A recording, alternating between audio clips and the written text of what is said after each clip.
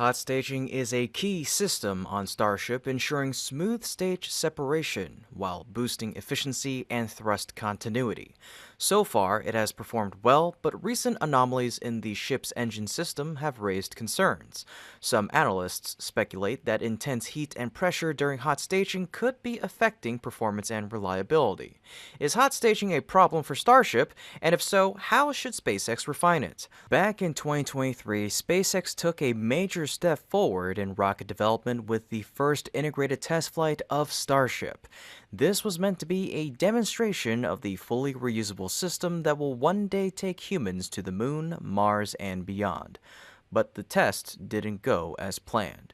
In less than 3 minutes, the mission ended in failure, forcing SpaceX to go back to the drawing board. Several technical issues were identified in the aftermath, but one of the most critical problems was the stage separation mechanism between the booster and the ship. The original design was overly complex and had some serious flaws. One of the biggest concerns was how the ship's engines ignited during separation. When those engines fired, the heat and pressure had nowhere to go, leading to dangerous buildups that could damage the engines themselves or even the top of the booster. Theoretically, SpaceX could have solved this by waiting until full separation before igniting the ship's engines. But that would have caused a performance gap, something the company wanted to avoid at all costs. So what was the solution? SpaceX turned to a technique commonly used in Russian rockets, hot staging. This new approach introduced a specially designed ring with multiple vents placed between the booster and the ship. During separation, the ship's engines would ignite while still attached to the booster, and the hot staging ring would allow heat and pressure to escape through its vents. A much smoother separation, keeping performance intact while preventing dangerous pressure buildup.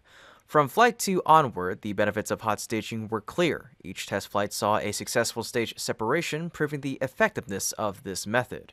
But as 2025 rolled around, things started to change. Flights 7 and 8 revealed a new set of problems, not with the separation itself, but with the ship's performance. Suddenly, doubts were growing. Could hot staging be contributing to these failures? After Flight 7, SpaceX released an update explaining that a strong harmonic reaction had caused a leak in the ship's aft section, specifically in the attic compartment. That leak led to high pressure, damaging piping systems and engines.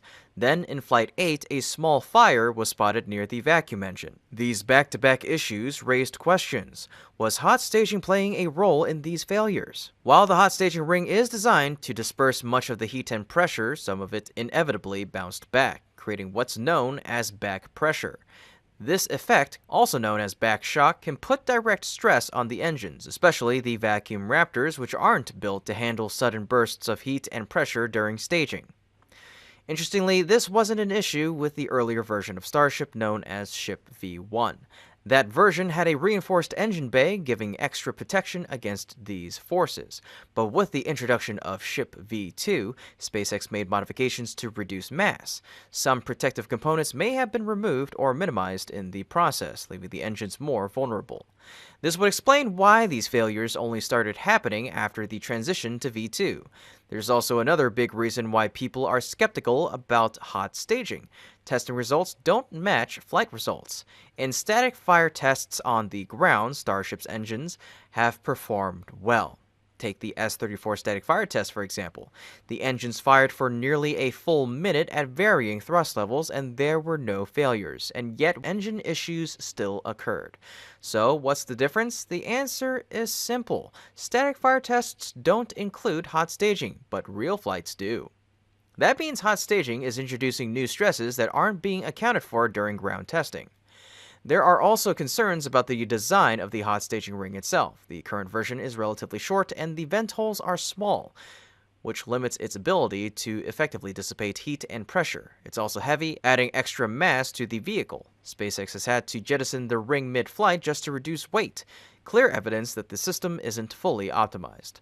Another issue is that hot staging impacts the booster's grid fins. Some of the heat and pressure from the separation blast travels downward, causing the grid fins to heat up and even melt slightly. This doesn't pose an immediate risk, but over time it could reduce the fin's effectiveness. That'd mean more refurbishment, slower turnaround times, and an impact on SpaceX's long-term goal of rapid rapid reusability. So what can be done to fix these problems? One proposed solution is to add thruster systems to Starship's flaps. With this setup, the ship could maintain thrust during separation without relying on hot staging.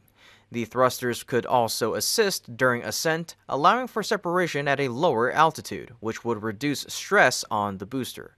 If SpaceX went this route, they could also remove the sea-level Raptor engines on Starship, freeing up space for a central vacuum engine. That could allow for a new engine configuration, 4 vacuum Raptors or even 7 if SpaceX chooses to expand the design. This setup would come with additional benefits. Non-gimbling engines could be used for ascent, while gimbling engines would handle space maneuvers, re-entry, and landing. And there's another intriguing possibility. If thrusters were added, Starship could potentially land horizontally. While vertical landings are the current standard, horizontal landings could provide an advantage in certain situations, especially on Mars or the Moon, where the terrain might not always be ideal for a vertical touchdown. This could also play into SpaceX's long-term vision of converting landing starships into permanent surface bases. For now, though, SpaceX remains committed to refining hot staging rather than replacing it. In a recent update, Musk and his team unveiled a new hot staging design for Ship V2 and 3. The upgraded ring will be longer with larger vent holes to improve heat dissipation. It'll also be lighter and feature a simpler structure, making it easier to manufacture and refurbish. If successful, this could eliminate the need to jettison the ring mid-flight, pushing Starship closer to full reusability. SpaceX is also tweaking the booster's grid fin positioning. By lowering the fins, they'll be less exposed to the heat and pressure from hot staging, extending their lifespan and improving booster recovery reliability. But we won't see these changes immediately. The next flight using B-16 will still feature the current hot staging ring. However, new images from Starbase suggest that Booster 18 may introduce the improved design. If so, the upgraded hot staging system could debut as early as Flight 11, possibly in June. If not, we might have to wait until Flight 12 or 13 later in the year. Hot staging has proven to be an effective solution for stage separation, but it may also be creating new challenges. SpaceX is working on refining the system, but alternative approaches, like adding thrusters, could provide long-term benefits. As always, SpaceX will continue to iterate and improve. The next few flights will be crucial in determining whether hot staging remains the best path forward, or if major design changes will be necessary to achieve Starship's ultimate goal, full reusability and rapid turnaround between missions. In my perspective, those ideas are definitely worth considering, but they come with challenges. Take the idea of adding thrusters to the ship. Sounds promising, but it also increases complexity and introduces a sensitive system that would need additional protection. The flaps on previous flights have already shown how much stress they endure, especially during re-entry.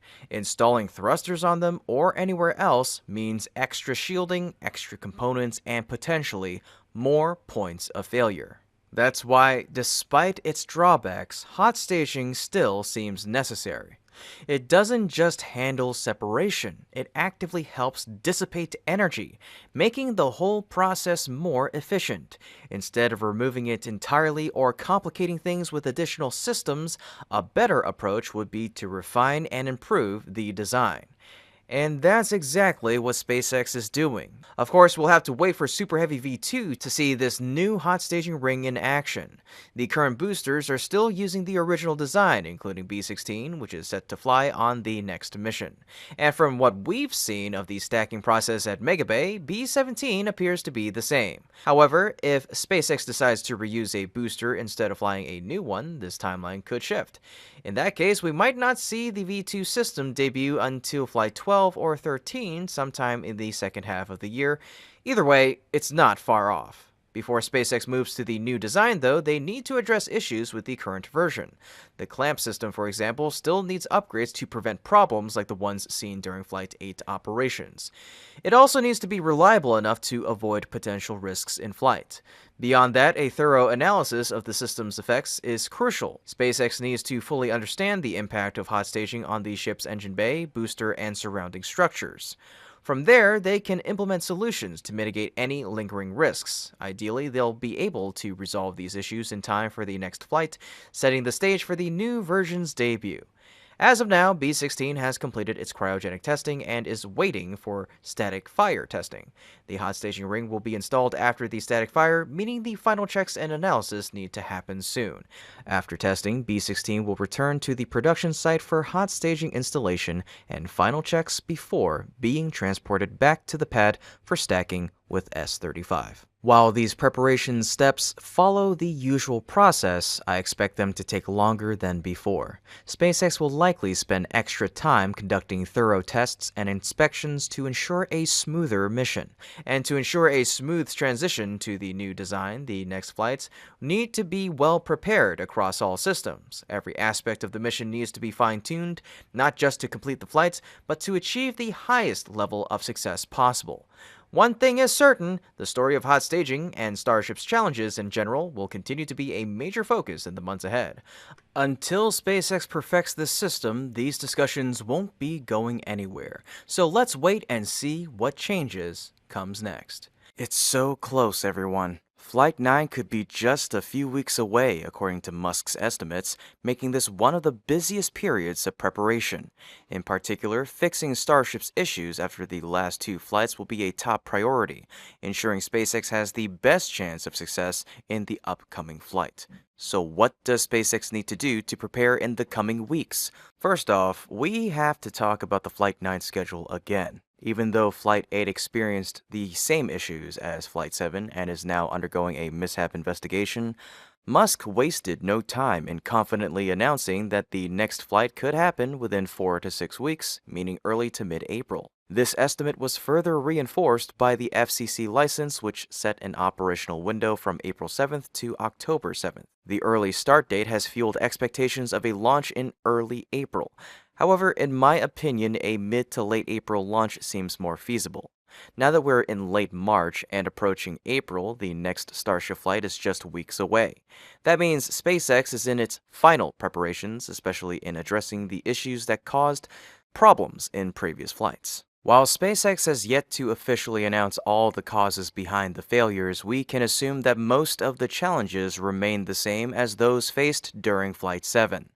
The upgrades implemented before Flight 8 can still be applied and further refined. For Ship 35, two primary factors likely contributed to the issues: harmonic resonance and the impact of the stage separation mechanism. In the previous flight, the harmonic response in the cavity above the engine firewall may have been too strong, leading to a leak. As the leak worsened, pressure likely built up, and the venting system may not have the capacity to release it efficiently. The leaked propellant could then have come into contact with the engine's exhaust gases, triggering fires similar to what was observed in the vacuum engines of S-34. Additionally, increased pressure and other factors could have compromised the cooling system, causing the engines to overheat and fail. To prevent a repeat of these issues, SpaceX will need to further refine the upgrades introduced after Flight 7. First, the venting system must be improved to enhance pressure release capabilities. Next, the fire suppression and nitrogen filtration systems need reinforcement to extinguish fires as soon as they arise. Finally, the engine cooling system should receive additional protection to prevent damage and maintain performance throughout the flight. Engine reliability will be a key focus in the coming weeks. S-35 has already completed its cryogenic test, meaning the next step is engine installation, followed by static fire testing. Each Raptor engine will need to undergo rigorous inspections before integration, but the real challenge will come during the static fire test itself. During the Flight 8 campaign, SpaceX conducted an unprecedented long-duration static fire on Ship 34, testing different thrust levels. I believe this approach should be continued and expanded upon, potentially with multiple tests at varying fuel levels to better diagnose any lingering feedline issues. Many analysts suggest that the feedline problem worsens as fuel levels decrease. Since SpaceX's pre-flight tests were all conducted with a fully fueled vehicle, this issue may have remained undetected until actual flight conditions. This problem, related to structural resonance, amplifies vibrations that can damage the vehicle. The V2 Starship design might be more susceptible to this due to structural adjustments made in this iteration. SpaceX appears to be taking this issue very seriously, even going so far as to announce new engineering hires specifically to address the problem. After the test, the engine system will, of course, need to be inspected again to ensure reliability. At the same time, other critical systems, including the heat shield, payload integration, and avionics, must also undergo thorough checks. The vehicle will then proceed to the wet dress rehearsal, where all fueling procedures will be simulated. Speaking of this test, I believe SpaceX should conduct the full WDR process rather than skipping certain steps, as was done in the previous flight campaign. Ensuring that the fuel tanks and associated systems function flawlessly under real conditions is crucial for mission success. Now, looking at B-16, the system that requires the most attention right now is hot staging. Recent concerns suggest that the separation mechanism, particularly the hot staging ring, may be exerting excessive back pressure and shock on the upper stage. To mitigate this, improvements must be implemented before Flight 9 to prevent these issues from recurring. Additionally, the hot staging clamps need to be carefully inspected to prevent scrubs like the one that occurred in Flight 8. Even minor failures in this system could result in costly delays, making it essential to address any potential weaknesses in advance. The booster's engines also require adjustments to prevent damage, especially in the reignition phase after separation. While these issues have not yet impacted the booster's landing attempts, they must still be resolved as SpaceX refines its recovery process. Just like with S-35, these upgrades and fixes must be prioritized immediately. B-16 has recently returned to the production site, and its next step will be engine installation, followed by static fire testing. Given the complexities involved, SpaceX may need to conduct multiple static fire tests with varying thrust levels and fuel loads to thoroughly evaluate performance. Following the static fire, both the booster and ship must undergo extensive monitoring throughout the WDR campaign. Every parameter, from fuel flow to structural integrity, will need to be carefully analyzed to catch any potential issues before launch. While these preparations are still unfolding, one thing is clear. SpaceX has been working with remarkable urgency and determination. For example, both S-35 and B-16 have undergone multiple cryogenic tests. This indicates that SpaceX is actively pushing the limits of the fuel tanks, propellant systems, and overall structural endurance. Notably, B-16 remained at the Massey test site for several weeks after completing cryogenic testing. During this time, it was likely subjected to additional evaluations focused on its fuel tank and plumbing systems. There is still much work to be done, and with just a few weeks remaining before the expected launch date, SpaceX must carefully balance speed and thoroughness. Flight 9 will be a pivotal mission. It'll validate multiple objectives, including payload deployment and landing enhancements on the ship. Most importantly, this flight must prove that SpaceX has effectively addressed the issues encountered in the previous two missions.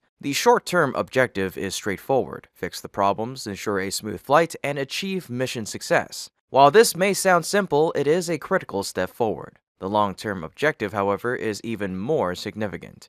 A successful Flight 9 will help restore confidence in SpaceX from both NASA and the broader aerospace industry. It'll reaffirm Starship's role in future space exploration, particularly within the Artemis program, where it plays a key part in humanity's return to the moon. So while the final weeks of preparation will demand significant time and effort, the importance of these steps cannot be overstated. After 2 consecutive flights with ship-related failures, SpaceX's resolve is now stronger than ever, and with the launch date rapidly approaching, perhaps just a few weeks away, the excitement is building. Stay tuned as we witness SpaceX pushing the boundaries once again. Respond with Nice 9 to show your support for the team during this crucial phase. Then, like the video and subscribe to our channel to stay updated on SpaceX's journey. And now, let's take a closer look at the upcoming Dragon mission FRAM-2. After being postponed late last year, this highly anticipated private spaceflight is finally approaching launch. According to SpaceX's latest announcement, the mission is now scheduled to launch no earlier than March 31st. Meaning liftoff is just around the corner. To ensure this timeline, both the spacecraft and crew have undergone extensive preparation. Recently released images from SpaceX confirm that the Dragon capsule has been transported to the company's facility in Florida, where it'll be integrated with the Falcon 9 rocket. Meanwhile, the crew, who have been training in California, have completed their final preparations and suit fittings. The mission's name, FRAM-2, is inspired by the historic Norwegian seafaring vessel Fram, which explored both the Arctic and Antarctic regions between 1893 and 1912. This name reflects the mission's unique trajectory, an extraordinary 90-degree orbital inclination that will take the crew over both of Earth's poles. This marks the first time a private crewed spaceflight has attempted such a steep orbital path, allowing for unprecedented observations of the planet's extreme polar regions. Beyond this historic flight path, FRAM-2 will also conduct critical scientific research. One of its primary objectives is to study the effects of microgravity on the human body, furthering our understanding of spaceflight's impact on long-duration missions. Additional research and observational tasks will be carried out throughout the mission, reinforcing the increasing scientific value of commercial spaceflight. FRAM-2 was first announced last summer and is led by Maltese entrepreneur Chun Wang. He will be joined by 3 international astronauts, Jannik Mikkelsen from Norway, Eric Phillips from Australia, and Rabea Raga from Germany. This diverse team underscores the growing global participation in private space exploration. With the crew and spacecraft now fully prepared, SpaceX's next step will be to stack the Dragon capsule atop its Falcon 9 rocket. A static fire test will then be conducted to verify the vehicle's readiness before final launch approval. FRAM-2 will be another milestone for SpaceX's Dragon program, following in the footsteps of last year's Polaris Dawn mission, which was led by billionaire entrepreneur Jared Isaacman. These missions highlight the remarkable versatility of the Dragon spacecraft, reinforcing its position as the world's leading private crewed space vehicle. That versatility was further demonstrated recently when Crew 9 safely returned 2 Starliner astronauts to Earth following their unexpectedly extended mission. Beyond its scientific and exploratory objectives, FRAM-2 may also play a role in helping SpaceX break a record. Had the mission launched on schedule last year, SpaceX could have achieved 5 crewed Dragon flights in 2024. However, with FRAM-2 now set for 2025, the company still has the opportunity to reach that milestone this year. This will be SpaceX's second Dragon flight of 2025 following Crew 10, with additional missions including Crew 11 and upcoming Axiom flights, expected to push the company toward a new launch record. It is no exaggeration to say that Starship is a direct reflection of SpaceX's progress in space exploration. This journey has been anything but easy, as Starship is an incredibly complex system. In particular, the Raptor engine, especially the Raptor vacuum, has emerged as a key challenge in recent developments. As always, however, the SpaceX team has been quick to address the issue and develop a solution. So how did SpaceX tackle the Raptor vacuum problem? Once again, we must acknowledge that Starship is an extraordinarily complex system, and it'll likely take a significant amount of time before it reaches the same level of reliability as the Falcon rockets. Among its many challenges, the engine, often regarded as the heart of Starship, remains the most intricate component to refine. In the last 2 flights, the Raptor engine, particularly the Raptor vacuum, or RVAC, has underscored just how difficult this process is. For me personally, this is a fascinating topic. Prior to Flight 7, whenever the Starship upper stage was operational, its engines, including the RVAC, were typically far more stable than those on the Super Heavy booster. However, with the introduction of V2, or version 2 this year, the Raptor vacuum has suddenly encountered numerous issues. So what exactly is causing these problems? During Flight 7, the root cause of the issues wasn't immediately clear. However, in Flight 8, the failures became far more evident when small fires were observed on the vacuum engines. More critically, one of these fires occurred on an engine's cooling manifold, a crucial component responsible for regulating engine temperature. When this system failed, temperatures rose beyond safe limits. Additionally, the fuel system may have experienced leaks or blockages, further disrupting cooling efficiency. With ineffective cooling, the risk of ignition increased. As the fire spread, it triggered explosions and vibrations that affected surrounding systems, ultimately leading to a cascade of engine failures, as seen in Flight 8. As for the underlying cause of these leaks or blockages, analysis suggests the issue originates in the engine's feed line system. Naturally, as fuel levels decrease during flight, the likelihood of instability within this system increases. This might explain why SpaceX recently posted job openings for propulsion systems engineers, specifically tasked with refining the Raptor engine feedline. Additionally, it's possible that modifications introduced in the V2 upgrade played a role in these failures. Notably, the fuel pipe system on Ship V2 incorporates a vacuum insulation mechanism. While this is designed to enhance efficiency, it may also amplify vibrations within the feedline system, increasing the likelihood of damage. Beyond these known factors, there are likely other contributing issues with the Raptor vacuum that have yet to be fully understood. If you have any insights or theories, feel free to share and discuss them in the comments section down below. Ultimately, these problems culminated in the failures we witnessed during the recent flights. In Flight 7, a sea-level Raptor engine malfunctioned first, followed by the RVAC engines. However, in Flight 8, the situation was reversed. The RVAC engine exploded first, which then affected the sea-level Raptors, leading to their subsequent failure. With only 2 functioning Raptor vacuum engines remaining, the ship's thrust became unbalanced, causing a loss of control and ultimately resulting in an explosion. As SpaceX continues to refine Starship, addressing these propulsion challenges will be a top priority. With each test flight, valuable lessons are learned, bringing the system closer to the reliability needed for future deep space missions.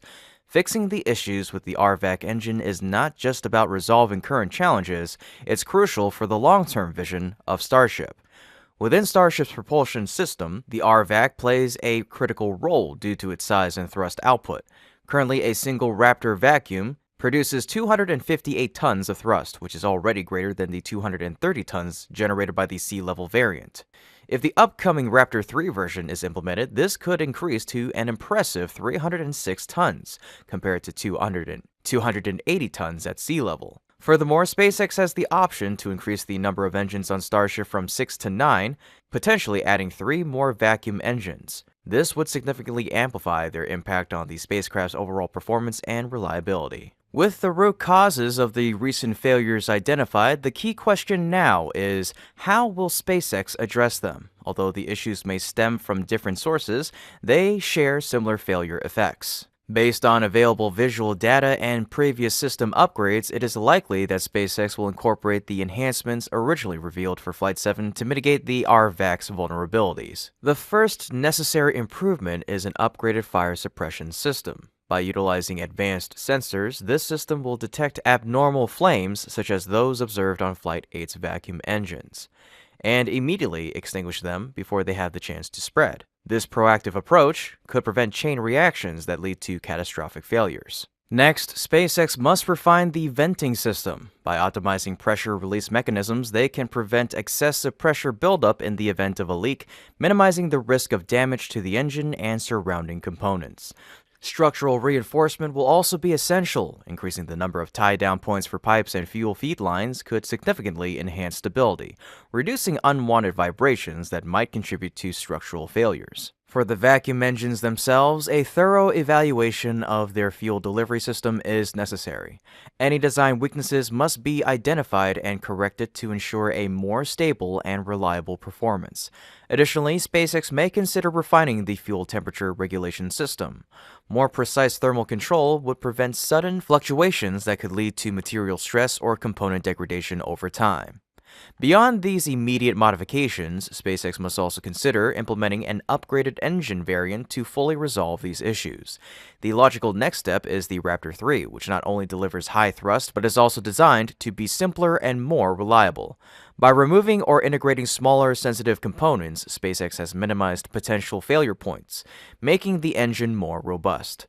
One of the most promising features is an optimized active cooling system, which would allow it to manage thermal loads more effectively and address overheating risks more efficiently than its predecessor. The next question is, when will Raptor 3 be introduced? Despite being revealed some time ago, with multiple test results confirming its performance, Raptor 3 has yet to be applied to an operational Starship flight. The likely reason is compatibility. Since Starship has not fully transitioned to the V2 platform, implementing Raptor 3 would present integration challenges. Once the entire Super Heavy fleet moves to V2, the adoption of Raptor 3 is expected to follow. Currently, B-18 appears to be the first full V2 prototype. If development proceeds as expected, it could debut on Flight 11, which is anticipated to take place around the middle of this year. Given this timeline, it is likely that Raptor 3 will begin appearing in the coming months to support the testing and eventual launch of the new booster configuration. What are your thoughts on SpaceX's approach to resolving the RVAC issues? If you have additional insights, feel free to share them in the comments section. Then don't forget to like the video and subscribe to our channel for more updates on SpaceX's incredible development journey. Now, when it comes to resolving the RVAC issues, and improving Starship as a whole, the upcoming flights will be critical. While SpaceX has already introduced upgrades, it is only through real-world testing that these changes can truly be validated. Flight 9 in particular carries high expectations, as it must complete several key objectives left unfinished in previous missions. But why is this flight so important? First and foremost, a fully successful mission is the most fundamental measure of progress. However, beyond simply reaching orbit, the real value lies in executing each mission phase successfully. By doing so, SpaceX can identify remaining weaknesses, refine systems, and make necessary adjustments for future flights. The performance of the RVAC engines will be one of the most closely monitored aspects of Flight 9, especially during ascent, when they play a crucial role in the spacecraft's trajectory. Evaluating their behavior during these high-stress phases will help SpaceX determine whether the recent upgrades have effectively mitigated past issues. Ideally, no problems will arise, but if they do, the data collected will be invaluable for further refinements. Of course, the RVAC is only one piece of the puzzle. Every system and mission objective on Flight 9 must be verified to ensure Starship is progressing toward full operational capability. For instance, SpaceX must successfully conduct a payload deployment test. The results, whether successful or problematic, will provide crucial insights into improving the payload dispenser system and refining the design of payloads themselves for future missions. Re-entry testing is another major objective. With the shift to Starship V2, several critical components, including the flaps and heat shield, have undergone significant changes. Flight 9 will offer the first opportunity to test these modifications under real conditions, allowing engineers to assess their effectiveness and make any necessary adjustments. Additionally, mission elements that were proven on previous Starship versions but have yet to be demonstrated on V2, such as an in-space engine relight and controlled ocean landing, must be completed. These steps are essential to proving the spacecraft's reliability and gathering the data needed to progress toward more advanced milestones, such as catching the ship with Mechazilla's arms or conducting complex space missions like payload deployments and in-orbit refueling operations. Meanwhile, certain procedures that have been successfully executed in recent flights must continue to be refined. For example, Super Heavy's landing maneuver with Mechazilla has shown promise, but the issues that caused post-separation engine failures must be fully addressed to ensure long-term reliability. Ultimately, all of these efforts contribute to the overarching goal, making Starship a stable, fully reusable spacecraft. To achieve this upgrade currently being implemented on S-35 and B-16 will be crucial. These prototypes will be the first to incorporate the latest refinements, and their performance in upcoming tests will directly influence the future of the Starship program. Both vehicles have already completed their cryogenic tests, and with engine installation as the next major step, the focus will now shift toward ensuring that the Raptor vacuum upgrades and all other improvements are effectively integrated before Flight 9. Overcoming the challenges of the Raptor engine, particularly the RVAC, is essential for SpaceX to achieve its ambitious goals in space exploration. This has been Kevin with Great SpaceX. Don't forget to like the video and subscribe if you haven't already to stay up to date with yours truly in the latest details of SpaceX's progress. Pad B, the foundation of Starship's next era, is steadily nearing completion.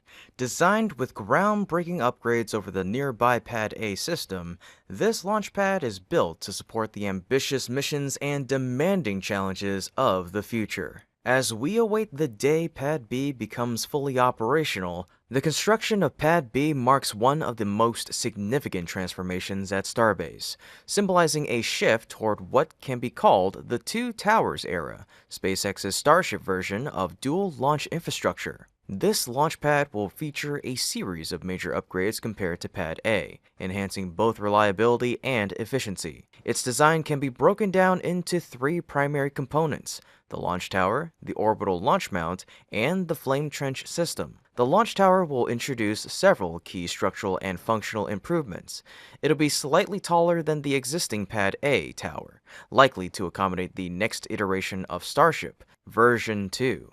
Additionally, the chopsticks system used for catching and stacking Starship will be shorter. According to Elon Musk, this adjustment is intended to reduce complexity and bulk while maintaining effectiveness. The chopsticks system itself will also be refined. Enhancements will be made to the landing rails and pin system to better align with Starship's landing pins, which are smaller and shorter compared to those used on Super Heavy. This suggests that Tower B will not only serve as a launch platform, but will also specialize in Starship catching attempts, paving the way for full reusability. Construction of the launch tower has progressed at an impressive pace. Following the demolition of old infrastructure and site clearing, the foundation was laid and the stacking of tower segments commenced. Remarkably, this process was completed in just 41 days between July 11th and August 21st, thanks to SpaceX's experience from building Pad A. Following this rapid assembly, focus shifted to the construction of the flame trench system, temporarily pausing work on the launch tower. Only at the start of this year did visible progress on the tower resume. By late January, the chopsticks sections were actively being moved into position. The chopsticks stack support frame was then erected adjacent to the tower, serving as the base for further installations. Shortly after, the chopsticks carriage system was lifted onto this frame, allowing the main arms to be attached. Once the chopsticks system was in place, additional components were integrated, followed by a series of testing activities to ensure structural integrity and operational reliability. These tests are crucial as Tower B is expected to play a central role in SpaceX's long-term goal of catching and reusing Starship vehicles. The orbital launch mount, on the other hand, represents an even more radical departure from the existing design. Unlike the six-legged tripod structure seen at Pad A, the new OLM will feature a box-like configuration composed of multiple reinforced segments. Its overall design will resemble a much larger and more sophisticated version of a transport stand. One of the most groundbreaking features of this new OLM is its mobility, a major improvement over the fixed infrastructure of Pad A. The ability to relocate the OLM will enable SpaceX to swap out launch mounts as needed, allowing for maintenance or upgrades without disrupting the overall launch schedule. This is a significant advantage compared to Pad A, where refurbishment work must be performed on site, forcing launch operations to pause until repairs are complete. Currently, construction of the OLM is advancing at the Sanchez site, with images and footage showing it surrounded by scaffolding and teams of workers. Unlike the launch tower, the OLM's progress is not as frequently documented in structured updates. Given its complexity, it is expected to be the final component installed at the launch pad. Its movement and integration into Pad B will likely mark one of the last milestones before the new system is ready for operation. Supporting the OLM will be the third and most innovative component, the flame trench system, which is expected to provide additional protection and efficiency for Starship launches. As construction continues, the anticipation grows for when Pad B will become fully operational, ushering in a new era for Starship and SpaceX's push toward rapid reusability and high-frequency launches. The flame trench is not a new concept in the aerospace industry, as it has been used for decades to manage the extreme forces generated during rocket launches. Last year, SpaceX officially introduced this system at its Massey test facility, demonstrating its effectiveness in redirecting heat, pressure, and energy away from the vehicle and launch infrastructure. Positioned beneath the launch pad or test stand, the flame trench is carefully designed to channel exhaust flow outward, minimizing direct impact on both the rocket and the surrounding structure. Additionally, it integrates a water deluge system, which further enhances its ability to dissipate heat and pressure, making it a promising long-term solution for repeated launches. This design is a significant improvement over the water-cooled steel plate system currently in use at Pad A. The steel plate system, implemented since Flight 2, operates like an inverted shower, spraying water before the rocket engines ignite. While it has performed well in mitigating heat and pressure, it has notable drawbacks. The system remains directly exposed to engine thrust, and despite its cooling mechanism, the steel plates experience significant wear over time. Discoloration observed in post-launch images suggests that this system degrades with repeated use, making it an impractical solution for a high-cadence launch schedule. SpaceX's response to this challenge is to implement an upgraded dual flame trench system at Pad B. This design includes two flame buckets effectively splitting and redirecting exhaust flow in two directions. By distributing the immense energy from Starship's engines across two channels, the system significantly reduces the stress on the launch pad, ensuring greater durability and efficiency. This advancement is particularly crucial as future iterations of Starship become more powerful, requiring an infrastructure that can support frequent launches without extensive refurbishment. Currently, the flame trench system is under construction at Sanchez site alongside the new orbital launch mount. The structure is being assembled by welding together multiple manifolds, forming the backbone of the dual flame trench system. However, before this system can be installed, foundational work must be completed beneath the launch site. To prepare for the flame trench installation, SpaceX first excavated the area, then poured an initial layer of concrete to establish a stable base. Following this, steel reinforcement plates were placed in preparation for a second layer of concrete, which will further solidify the structure. The scale of this operation is immense. SpaceX has already deployed 350 concrete trucks to the site, underscoring the sheer magnitude of the foundation's construction. The next key milestone will be the installation of the flame trench walls. Some prefabricated components of this system have already arrived at Pad B, suggesting that installation will begin soon. Once the walls are in place, additional concrete layers will be poured to finalize the structure. At that point, the flame buckets will be transported and integrated into the system, marking the final phase before operational testing.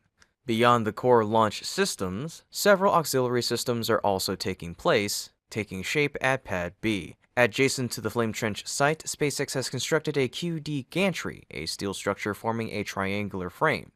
This system will facilitate improved connections between the ground support infrastructure and the launch vehicle, enhancing fueling and servicing operations. At the same time, new tank farms are being assembled, with water tanks continuously arriving at the site. These tanks will play a critical role in supplying the water deluge system for the flame trench. Once installation is complete, SpaceX will likely excavate additional pathways to lay pipelines, connecting the tanks to the launch pad's cooling and suppression systems. The upgrades being implemented at Pad B are not just shaping the future of Starship at Starbase, but also influencing SpaceX's broader infrastructure strategy. Similar advancements are expected at Kennedy Space Center, where the LC-39A orbital launch mount was recently demolished to make way for a more advanced system. This move signals that SpaceX is actively planning next-generation launch sites beyond Texas. A key indicator of SpaceX's long-term vision is the expansion of the Robert Road facility, where construction of the new Star Factory and Gigabay is underway. This expansion suggests that SpaceX is preparing for a dramatic increase in launch frequency, reinforcing the need for highly efficient, rapidly reusable infrastructure. The rapid development of Pad B, with its enhanced flame trench, upgraded launch tower, and reimagined OLM, marks a crucial step toward a new era for Starship. As these advancements continue, SpaceX is pushing the boundaries of launch pad reusability and efficiency, laying the groundwork for higher launch rates and more ambitious space missions. So, which upgrade at Pad B do you find most impressive? Let's discuss it in the comments section down below, and if you enjoyed the update, please be sure to like the video and subscribe to our channel to stay up to date with SpaceX's latest developments. With Pad B nearing completion, anticipation is building for its first operational use. Given the current construction pace, SpaceX will likely need at least another month to finalize the site. Once complete, a series of tests and system validations will be necessary before it can support launches and landings. If everything proceeds smoothly, Pad B could be operational as early as May or June. That future is approaching fast, but are you ready for it? Starship is entering a new era, led by the Raptor engine number 3, the most advanced Raptor engine yet. During the scrubbed March 3rd launch attempt, SpaceX and Elon Musk highlighted its capabilities, sparking excitement about Starship's future. So what makes Raptor 3 so powerful? For many of us, the anticipation for Raptor 3's first flight rivals that of an actual Starship launch. Its unveiling last year was nothing short of revolutionary, bringing shocking revelations about rocket engine design. Since then, we've eagerly awaited its debut as Starship transitions to V2, but so far, it hasn't been implemented. Before the scrubbed launch this past Monday, SpaceX and Elon Musk only heightened the excitement with new details about Raptor 3. During the live stream, the hosts extensively discussed its improvements, shedding unnecessary components, prioritizing fast and reliable production, and enhancing reusability. SpaceX later reinforced this with a tweet. Raptor 3 is an unprecedented step forward in rocket engine design, which will help us increase Starship's efficiency and the amount of mass it can deliver to space. Efficiency and mass, two critical factors. Regarding mass, the livestream confirmed that by stripping down the engine and removing the large heavy heat shield, each Raptor 3 is approximately 0.1 metric tons lighter than its Raptor 2 predecessor. Multiply that by 39 engines, with 33 being on Super Heavy and 6 on Ship, and the weight savings are substantial. Last year's data already hinted at this, with Raptor 3 weighing in just 1.525 tons, compared to 2.08 tons for Raptor 1 and 1.63 tons for Raptor 2. Shedding weight optimizes payload capacity and improves flight performance. But there's another implication. Removing the heat shield signals a major reliability boost. Earlier Raptor versions had intricate, delicate components prone to failure. Raptor 3 eliminates or consolidates those, giving SpaceX full confidence in its design. Now, let's talk about power. Musk summed it up perfectly. Raptor 3 has almost twice the thrust and much higher reliability than Raptor 1, despite costing about 4 times less. The upgrade in reliability is evident, even visually, but the thrust increase is equally impressive. Raptor 3 generates 280 tons of thrust at sea level and 306 tons in vacuum. That's nearly double Raptor 1's 185 tons and significantly stronger than Raptor 2, which produced 230 tons at sea level and 258 tons in vacuum. And this gap will only widen. Musk has stated that Raptor 3 or future 3.x versions could reach 300 tons of thrust, pushing Starship's total liftoff thrust beyond 10,000 tons. After Flight 7, he reiterated, reaching 300 tons of thrust will be difficult but not impossible. Many believed that surpassing 300 tons per engine and 10,000 tons total was something we'd see with Raptor 4, but Raptor 3 is already approaching that milestone. Cost is another game changer. With its design optimization, Raptor 3 costs 4 times less than Raptor 1, and likely about half the cost of Raptor 2. Fewer small parts, fewer complex manufacturing steps, and streamlined production all contribute to dramatic cost savings. This isn't just about cutting expenses, it accelerates production speed. With Raptor 3, SpaceX can build more engines per day, directly supporting their ambitious launch cadence. As Musk stated, a factory that can build 1 engine per day is fundamentally different from a factory that can build 100 per year. Raptor 3 brings SpaceX closer to that high production goal, ensuring the rapid turnaround required for full reusability. But then again, when will we finally see it fly? It could be sooner than expected. Once Starship fully transitions to V2, Raptor 3 will likely come into play. The V2 ship debuted with S-33 in Flight 7, but for Super Heavy, the first V2 could be B-18. Notably, its ring stand has been redesigned, suggesting an upcoming shift. If the launch sequence follows current projections, B-18 could fly on Flight 11, potentially in June if SpaceX maintains its 1 flight per month pace. If booster reuse strategies come into play, much like reusing B-14, B-18 might fly in Flight 12, likely in July. This means Raptor 3 could debut by mid-2025, marking a significant step toward achieving Starship's long-term goals. But beyond its first flight, the real test will be reusability. Musk has emphasized that full reusability is the key to making Starship economically viable. The ability to reuse engines quickly, without extensive refurbishment, will determine how fast SpaceX can scale operations. Raptor 3 was designed with this in mind. If it performs as expected, SpaceX could soon begin landing and reusing Starship stages frequently, a major leap toward making space travel routine. Imagine a future where Starship launches multiple times per month, delivering satellites, cargo, and even humans to orbit and beyond. This is the vision SpaceX is chasing, and Raptor 3 is the engine that will make it possible. So, are you excited to see Raptor 3 in action? Reply with the number 3 in the comment section down below, then don't forget to like the video and subscribe to stay updated on SpaceX's incredible journey. Before transitioning to Raptor 3, however, the current Raptor 2 remains crucial to SpaceX's ongoing development efforts. Over multiple test flights, Raptor 2 has undergone significant refinements, leading to smoother engine ignition and shutdown sequences. These improvements lay the foundation for future missions that demand a highly flexible and reliable propulsion system. One of the most notable achievements of Raptor 2 has been its demonstrated navigation and landing capabilities. It has played a key role in enabling successful booster landings on the Mechazilla catch arms, widely regarded as one of the most challenging landing methods ever attempted. This precision is essential for rapid reusability, a core goal for Starship as it evolves. Additionally, Raptor 2 has proven its ability to operate in space, including successful relight operations. This is a critical milestone for missions requiring in-orbit refueling or deep space propulsion, such as lunar landings or Mars-bound journeys. These achievements reinforce SpaceX's vision of an interplanetary transport system, and mastering these technologies will be essential before Raptor 3 is fully integrated. However, alongside its successes, Raptor 2 has also experienced several technical challenges that must be addressed before moving to the next iteration. One of the most notorious issues has been fuel leaks, such as the one that affected Ship 34 during Flight 7.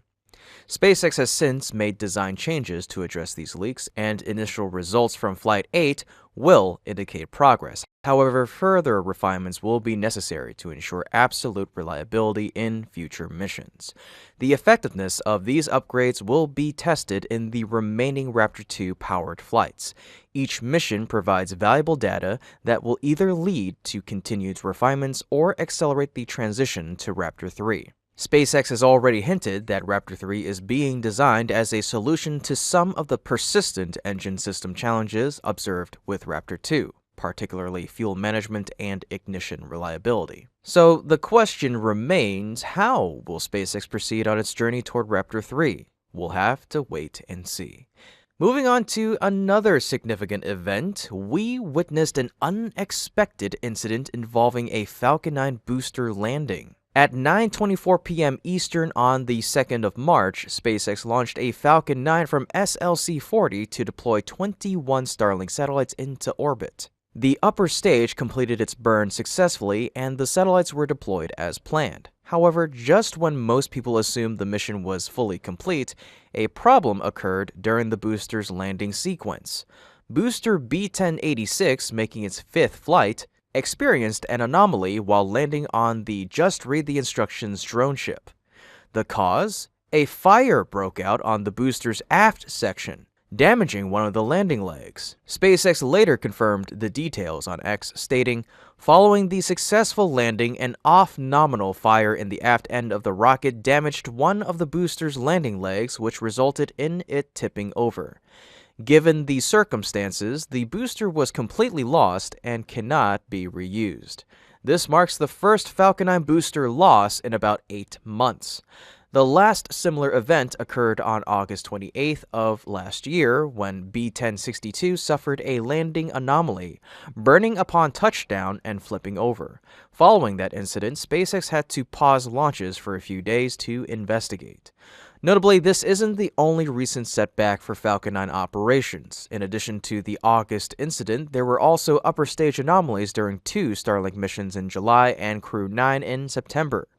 These issues prompted further investigations and temporary pauses in launches. Given this latest booster failure, it remains unclear whether a formal mishap investigation will be required. The FAA has not yet issued an official statement regarding the incident. However, one positive takeaway is that this issue did not impact the primary mission objective or public safety. SpaceX immediately took proactive steps to analyze the failure, emphasizing their commitment to continuous improvement. Following the incident, SpaceX stated, "While disappointing to lose a rocket after a successful mission, the team will use the data to make Falcon even more reliable on ascent and landing." Additionally, Kiko Donchev, vice president of launch at SpaceX, reassured the public by stating, "Booster 1086 was unfortunately lost last night after a successful landing. Every failure is an opportunity to learn. This setback will not only improve the reliability of Falcon 9, but of all vehicles at SpaceX." Despite the setback, there is hope that SpaceX will quickly resolve the issue and implement necessary design modifications to prevent similar occurrences in future flights. Looking ahead, the Falcon 9 fleet is scheduled to support numerous high-profile missions in the coming months, making reliability an urgent priority. If a formal investigation is launched, it remains to be seen whether this will impact SpaceX's launch cadence. For now, we can only wait and see what steps SpaceX will take to address this unexpected issue. Given their track record, it's likely they will rapidly adapt and introduce further enhancements to ensure that Falcon 9 remains one of the most dependable rockets in history.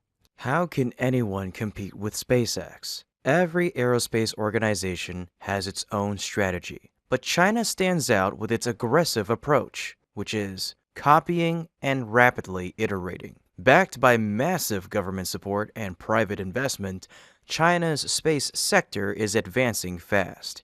A key example is iSpace, which recently secured major funding to accelerate development, refine rocket technology, and advance reusability. But will this be enough to close the gap with SpaceX? For those unfamiliar with Chinese aerospace, iSpace, officially known as Beijing Interstellar Glory Space Technology Company Limited, might not ring a bell. However, it stands out as one of China's most prominent private aerospace companies, primarily due to its strategy of closely mimicking SpaceX with its Hyperbola rocket series. Recently, iSpace has once again secured significant backing. On the 11th of March, the company announced a Series D funding round worth several hundred million yuan, translating to tens of millions of dollars. This investment comes from the Sichuan Provincial Industrial Fund, backed by Sichuan Development Holding Company Limited, and led by the Sichuan Tianfu Xinyun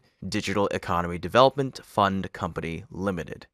This latest funding follows the Series C and C+ rounds announced last September, which supported the development of the Hyperbola 3. These rounds have also benefited other Chinese aerospace firms, including Deep Blue Space, with investments often reaching tens of millions of dollars. With this strong financial backing, iSpace has the resources to advance its flagship rocket Hyperbola 3, an unmistakable attempt to replicate SpaceX's designs. Hyperbola 3 is the third iteration in the Hyperbola rocket family, incorporating key SpaceX-inspired elements. It runs on liquid oxygen and methane, similar to Starship, and is powered by the Focus series engine. The 2-stage rocket stands 69 meters tall, closely resembling the Falcon 9. However, its payload capacity falls short, only 13.4 tons to low Earth orbit when expendable and 8.5 tons when reusable, significantly lower than Falcon 9's capability. iSpace's approach is methodical, borrowing what it sees as the best aspects of SpaceX rockets and integrating them into its own designs.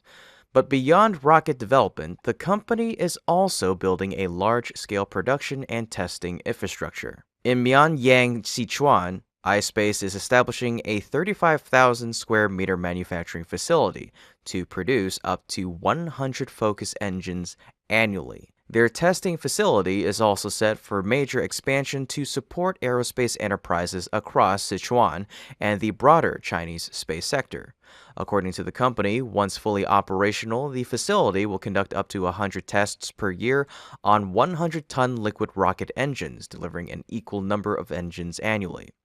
iSpace aims to achieve orbital flight with Hyperbola 3, targeting a debut launch this December. Remarkably, they are already planning a sea recovery for a booster, a technique pioneered by SpaceX using drone ships.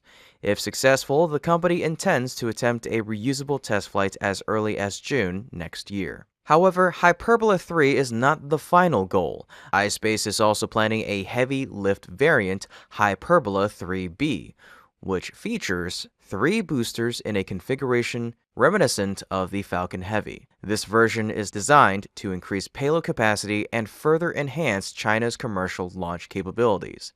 Rocket designer Rong Yi from the China Aerospace Science and Technology Corporation, or CASC, emphasized the benefits of rocket reusability, stating, "After rockets can be recovered and reused, the main changes we'll see are faster launch frequencies and, of course, a noticeable reduction in launch costs." Further added, "This shall bring us closer to the reality of large-scale, rapid, and free access to space."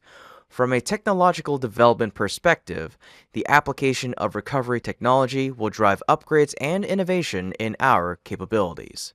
Despite its ambitions, iSpace faces significant challenges in competing with SpaceX. The company has struggled with reliability in its Hyperbola rocket series. Of the 7 Hyperbola 1 missions launched, 4 ended in failure, a poor track record for a company aspiring to rival the world's most successful commercial spaceflight provider.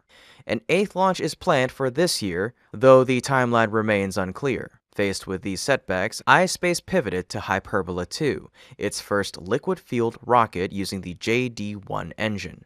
However, after multiple tests and delayed launch plans, the project was scrapped in July of 2023 in favor of focusing on Hyperbola 3. However, development has been relatively quiet throughout 2024, and the planned launch date has already been pushed back. Given the company's track record, achieving a successful orbital launch remains uncertain. Their biggest challenge yet is their ambitious plan for sea recovery.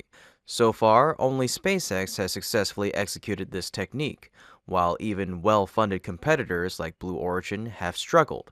Attempting such an advanced recovery method so early in the development process could prove extremely difficult for iSpace. Additionally, iSpace's approach of selecting and merging different elements from various SpaceX rockets might lead to engineering incompatibilities, further complicating development. Meanwhile, SpaceX remains in a league of its own. The Falcon 9 continues to dominate with an unmatched record in reusability and cost efficiency. The Starship program, though still in development, is making rapid strides, positioning SpaceX as the driving force behind the future of space exploration.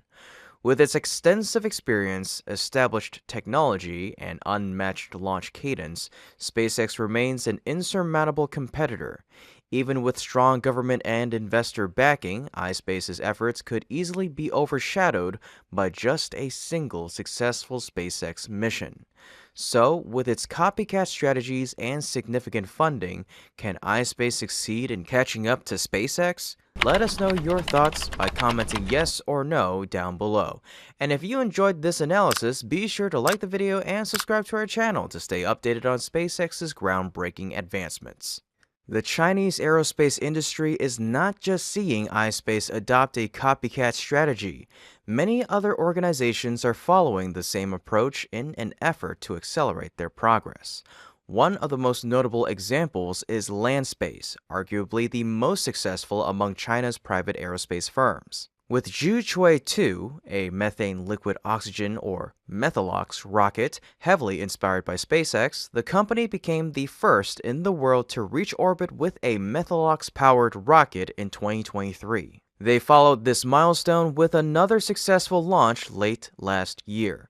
Building on this momentum, Landspace is now developing Zhuchui-3, a heavy-lift rocket that surpasses Falcon 9 in size while maintaining the same Methalox propellant combination.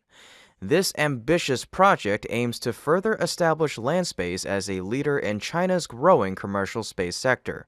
Another key player is Space Pioneer, which is aggressively developing the Tianlong series. The upcoming Tianlong 3 rocket, set for launch this year, is widely regarded as a near-exact replica of the Falcon 9. It stands at 71 meters tall, has a diameter of 3.8 meters, and runs on liquid oxygen and RP-1 kerosene, closely mirroring SpaceX's workhorse rocket. Meanwhile, a newer startup, Cosmoleap, has also drawn attention with its LEAP, or Yueqian rocket. The company is developing a booster recovery system strikingly similar to SpaceX's Starship catching mechanism, using a larger tower system to capture returning rockets. To accelerate construction, Cosmoleap is actively seeking additional funding. Deep Blue Space, another Chinese space company, is focusing on a spacecraft design that strongly resembles SpaceX's Dragon capsule.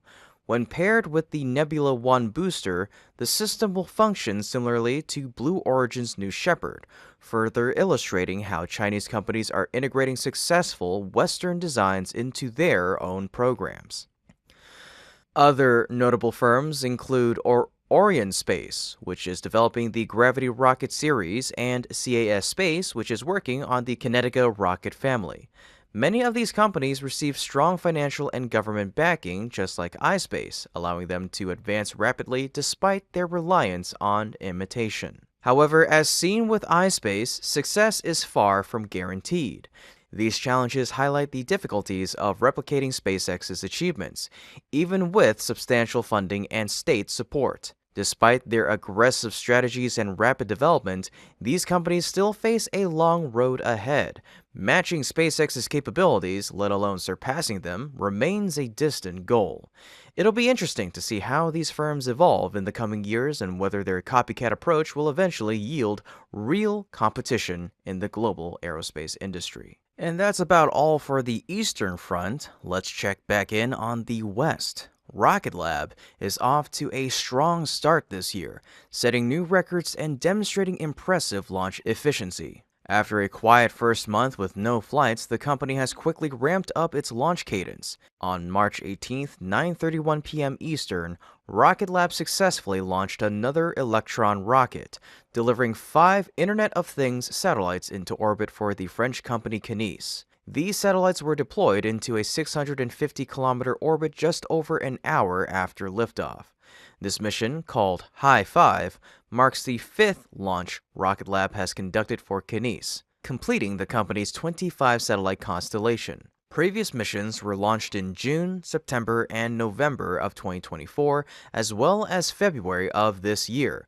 With this full constellation in place, Kinéis aims to provide seamless global connectivity, allowing users to track, monitor, and receive real-time alerts from connected devices anywhere in the world.